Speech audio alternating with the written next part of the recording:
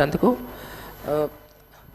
మన మాజీ ముఖ్యమంత్రి గారు కేసీఆర్ సార్ గారికి మరి ఆసిఫాబాద్ నియోజకవర్గ ప్రజలందరికీ మరికి ధన్యవాదాలు చెప్తూ మరి అధ్యక్ష గతంలో కాంగ్రెస్ ప్రభుత్వం హయాంలో మరి కొమరం భీం ప్రాజెక్టు పూర్తి చేయడం జరిగింది అధ్యక్ష.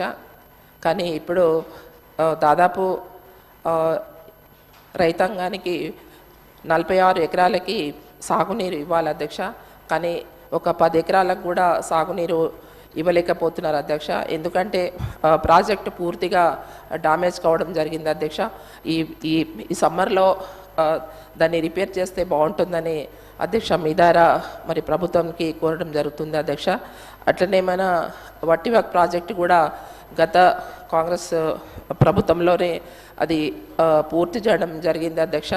మరి దానికి మన పిల్ల కెనాల్స్ కానీ మెయిన్ కెనాల్స్ కానీ ఏవి కూడా లేవు అధ్యక్ష. మరి తొందరలో మరి వట్టివాక్ కెనాల్స్ కూడా మరి పూర్తి చేసి మరి రైతాంగానికి సాగునీరు అందిస్తే బాగుంటుందని మీ ద్వారా ప్రభుత్వానికి కోరడం జరుగుతుంది అధ్యక్ష.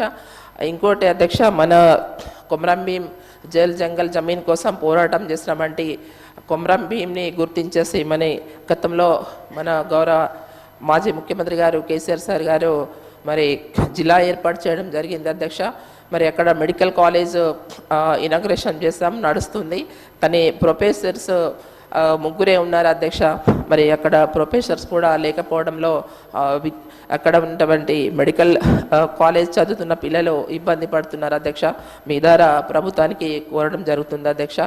ఏదైతే అధ్యక్ష ఇంకా మన ఇల్లు కానిపోయిన వాళ్ళకి చాలామంది మొన్న ఒక 2 నెలల్లో మరి మా కాన్స్టిట్యుయెన్సీలో ఇల్లు కాలిపోవడం జరిగింది అధ్యక్ష. మరి వారికి మరి మీ ద్వారా ప్రభుత్వానికి కోరుతున్నాం అధ్యక్ష. మరి ఇల్లు కాలిపోయిన వారికి మరి నష్టపరిహారం వారికి ఇవ్వాలని తొందరలో మీ ద్వారా కోరుతున్నాం అధ్యక్ష. Thank you. మంత్రి గారు. అధ్యక్ష నోటెడ్.